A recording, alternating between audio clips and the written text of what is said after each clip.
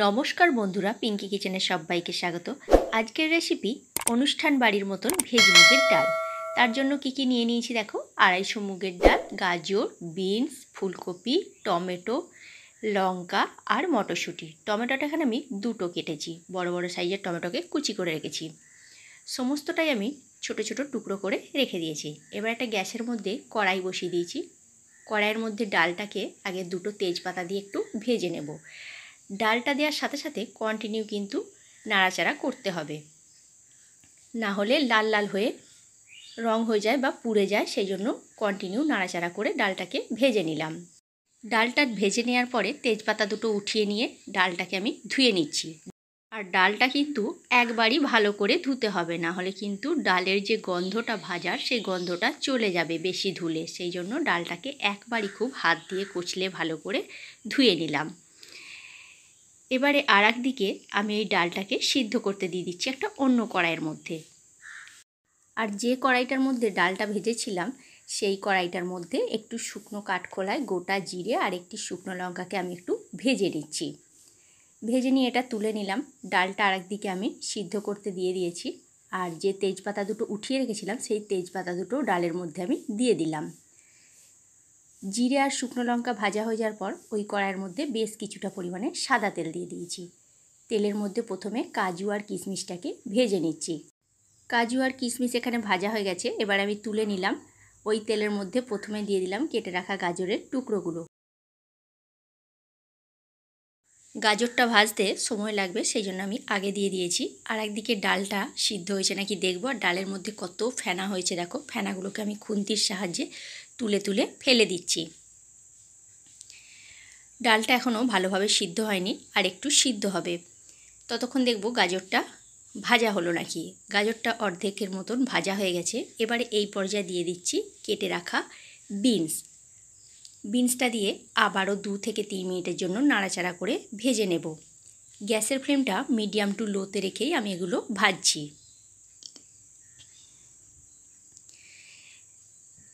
এই পর্যায়ে দিয়ে দিলাম ফুলকপির টুকরোগুলো। ফুলকপির টুকরোগুলোও দিয়ে একইভাবে আবারও 2 মিনিটের জন্য নাড়াচাড়া করে ভেজে নেব। ফুলকপি, গাজর আর বিনসটা অর্ধেক ভাজা হয়ে গেছে। এই পর্যায়ে দিয়ে দিচ্ছি মটরশুঁটিটা আগে থেকে দিলে মটরশুঁটি ভাজলে শক্ত হয়ে যায়।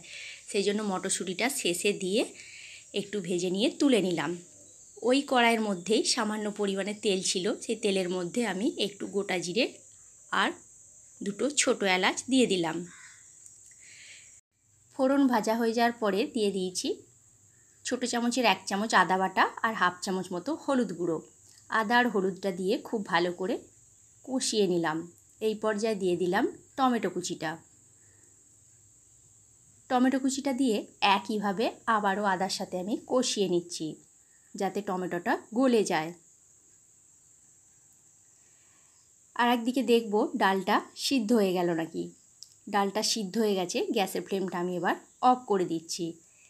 টমেটোর সাথে আদাটা কষানো হয়ে গেছে। এবারে এই পর্যায়ে যে ভেজে রেখেছিলাম সবজিগুলো, সেই সবজিগুলো দিয়ে দিলাম। দিয়ে একই সাথে খুব ভালো করে কষিয়ে নিচ্ছি। কষাতে কষাতে দিয়ে দিলাম এই পর্যায়ে কেটে রাখা লঙ্কার কুচিটা দিয়ে আবারও একটু কষিয়ে নিচ্ছি।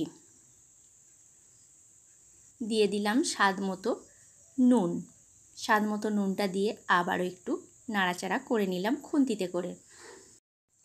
গ্যাসের ফ্লেমটা মিডিয়াম টু লোতে রেখেই আমি রান্নাটা করছি।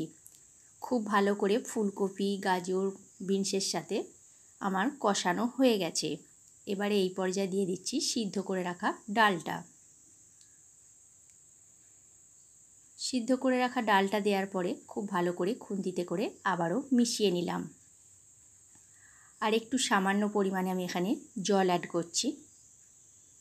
দিয়ে দিলাম এখানে সামান্য পরিমাণ একটু চিনিটা দিলে স্বাদটা ব্যালেন্স হবে, যেহেতু এটা ভেজ মুগের ডাল, খেতেও বেশ ভালো লাগবে। এবার এটাকে আমি 5 থেকে 7 মিনিটের জন্য হতে দেব। আর যে মশলাটা আমি ভেজে রেখেছিলাম, সেই মশলাটা এই সময় আমি গুঁড়ো করে নেব। 5 থেকে 7 মিনিট পর আমি আবারও ফিরে আসছি। ঢাকনাটা এবার খুলে দিলাম। ডালটা দেখব কতটা হয়েছে। সবজির সাথে ডাল খুব ভালোভাবে মিশে গেছে এবং সিদ্ধ হয়ে গেছে। এবারে এই পর্যায়ে দিয়ে দিলাম ভেজে রাখা কাজু কিশমিশটা। কাজু কিশমিশটা দিয়ে আবারও একবার নাড়াচাড়া করে দিলাম। ডালটা সম্পূর্ণ তৈরি হয়ে গেছে। নামাবার আগে আমি দিয়ে দিচ্ছি 1 চামচ মতো গাওয়া ঘি আর হাফ চামচ মতো গরম মশলার গুঁড়ো। আর যে মশলাটা আমি তৈরি করে রেখেছিলাম, জিরে আর শুকনো লঙ্কাকে ভেজে গুঁড়িয়ে রেখেছিলাম, সেইটা আমি এর মধ্যে মিশিয়ে দিলাম। এই মশলাটা দিলে অনুষ্ঠান বাড়ির মতন ভেজ মুগের ডালের টেস্ট হবে। বন্ধুরা, তাহলে কেমন লাগলো তোমাদের এই ভেজ মুগের ডাল রেসিপিটা? অবশ্যই কমেন্ট করে কমেন্ট বক্সে জানিও তোমরা। আর যদি ভালো লেগে থাকে আমার ভিডিওটা, তাহলে একটা লাইক কমেন্ট শেয়ার করো। আর আমার চ্যানেলের নতুন বন্ধু হয়ে থাকলে আমার চ্যানেলটা সাবস্ক্রাইব করার অনুরোধ রইল। ফেসবুক পেজ থেকে দেখে থাকলে আমার পেজটি ফলো করে নিও। আজকের মতো তাহলে এইখানেই, নেক্সট ভিডিওতে দেখা হচ্ছে।